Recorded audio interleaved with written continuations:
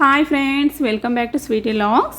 ఈరోజు recipe masala egg కర్రీని prepare చేసుకుందామండి. మసాలా పౌడర్ని ప్రిపేర్ చేసుకొని ఈ విధంగా మసాలా ఎగ్ కర్రీని గ్రేవీ లాగా ప్రిపేర్ చేసుకుంటే రాగి ముద్దకి కాంబినేషన్గా చాలా బాగుంటుంది. అలాగే అన్నంకి, చపాతీకి, రోటీ కాంబినేషన్ కూడా చాలా బాగుంటుంది. ఈజీగా ప్రిపేర్ చేసుకోవచ్చండి. టేస్ట్ అయితే సూపర్ ఉంటుంది. ఒకసారి ఇలా ట్రై చేసి చూడండి. ఈ రెసిపీ మీకు నచ్చినట్లయితే లైక్ చేయండి, షేర్ చేయండి. ఇలాంటి ఎన్నో రెసిపీస్ కోసం మా ఛానల్ని సబ్స్క్రైబ్ చేసుకోండి. అలాగే పక్కనున్న గంట సింబాల్ని కూడా ప్రెస్ చేస్తే మేము పెట్టే వీడియోస్ నోటిఫికేషన్ ద్వారా మీకు వస్తాయి. అప్పుడు మీరు ఫస్ట్గా మా వీడియోస్ని చూడొచ్చు. ఈ రెసిపీ మసాలా ఎగ్ కర్రీ లాగా టేస్ట్ చాలా బాగుంటుందండి. టేస్ట్ అయితే సూపర్ ఉంటుంది. ఇప్పుడు చేసే విధానంకి వెళ్ళిపోదాం. పొయ్యి పైన ఒక పెనం పెట్టేసి కొద్దిగా బిర్యానీ ఆకు, కొద్దిగా దాల్చిన చెక్క, ఒకటి ఇలాచి, లవంగా, అలాగే 2-3 మిరియాలు కూడా వేసుకొని 1 టీ స్పూన్ ధనియాలు, 1 టీ స్పూన్ జీలకర్ర, 1 టీ స్పూన్ పచ్చిశనగపప్పు, మినపప్పు వేసుకొని ఈ విధంగా సిమ్ టు మీడియం ఫ్లేమ్లోనే వేయించుకోవాలి. ఇందులోనే 2 టీ స్పూన్ల పుట్నాల పప్పును కూడా వేసుకొని అందులోనే 1 టీ స్పూన్ ఎండు కొబ్బరి ముక్కలు కూడా వేసుకొని ఈ విధంగా వేయించుకొని ఒక ప్లేట్లోకి తీసుకోవాలి. ఒక ప్లేట్లోకి తీసుకొని చల్లార పెట్టుకోవాలి. నేను ఇక్కడ 3 ఎగ్స్ని అలాగే 2 బంగాళదుంపల్ని ఉడికించుకున్నా. ఈ విధంగా ఇవి పొట్టు తీసి కట్ చేసుకోవాలి. ఇప్పుడు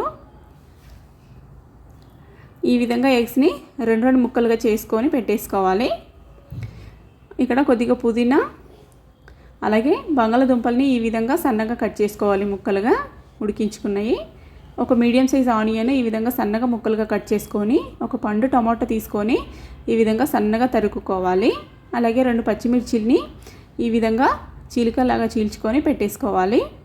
ఇప్పుడు మసాలా పౌడర్ని ప్రిపేర్ చేసుకోవడానికి ఈ మసాలాని ఒక మిక్సీ జార్లోకి వేసేసుకోవాలి.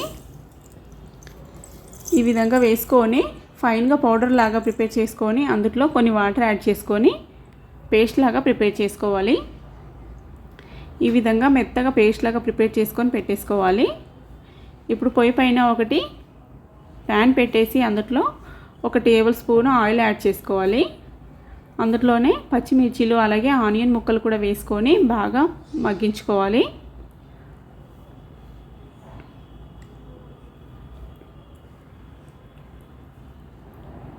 ఈ విధంగా కలర్ చేంజ్ అయ్యాక ఇందులోనే టమాటా ముక్కల్ని కూడా యాడ్ చేసుకోవాలి. పచ్చి కరివేపాకు యాడ్ చేసుకొని బాగా మిక్స్ చేసుకొని ఇందులోనే కొద్దిగా సాల్ట్ వేసుకోవాలి. సాల్ట్ వేసుకుంటే తొందరగా మగ్గుతాయి. ఈ విధంగా సాల్ట్ వేసుకొని అందులోనే పసుపు, అలాగే కొద్దిగా అల్లం వెల్లుల్లి పేస్ట్ కూడా వేసుకొని పచ్చి వాసన పోయేంత వరకు బాగా మిక్స్ చేసుకోవాలి. ఇప్పుడు టేస్ట్కి సరిపడా రెడ్ చిల్లీ పౌడర్ యాడ్ చేసుకోవాలి. ఇది బాగా ఫ్రై చేసుకోవాలండి. ఈ విధంగా అలాగే ఈ విధంగా ఫ్రై చేస్తూ టమాటా ముక్కల్ని ఇలాగా మెదుపుతూ కలుపుకుంటే టమాటా ముక్కలు సాఫ్ట్గా మెత్తగా అయిపోతాయి. ఈ విధంగా కారం ఉడికాక అందులోనే బంగాళదుంప ముక్కల్ని కూడా యాడ్ చేసుకోవాలి. అలాగే పుదీనా కూడా వేసుకొని బాగా మిక్స్ చేసుకోవాలి.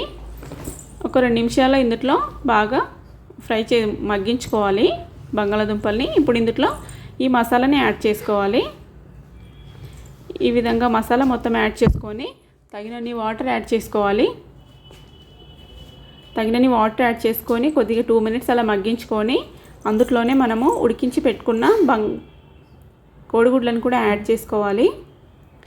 ఈ విధంగా యాడ్ చేసుకొని టేస్ట్ చూసుకొని సాల్ట్ యాడ్ చేసుకోవాలి ఇంకొద్దిగా. ఈ విధంగా క్లోజ్ చేసి ఒక 5 నిమిషాలు ఉడికించుకుంటే సరిపోతుందండి. టేస్ట్ అయితే చాలా బాగుంటుంది. ఇది ఆరాక ఇంకొద్దిగా చిక్కగా అవుతుంది ఈ గ్రేవీ. ఇందులో ఏ మసాలాలు కూడా వేయాల్సిన అవసరం లేదు. ఆ మసాలా పేస్ట్ ఒకటే సరిపోతుంది. ఈ విధంగా సర్వ్ చేసుకుంటే అయిపోతుందండి. టేస్ట్ చాలా బాగుంటుంది. ఇది రాగి ముద్దకి కాంబినేషన్గా చాలా బాగుంటుందండి. మనము గట్టిగా చేసుకుంటే చిక్కగా ముద్దకి బాగోదు కదా. ఈ విధంగా గ్రేవీ లాగా ప్రిపేర్ చేసుకుంటే ముద్ద కాంబినేషన్ చాలా బాగుంటుంది. Thank you for watching.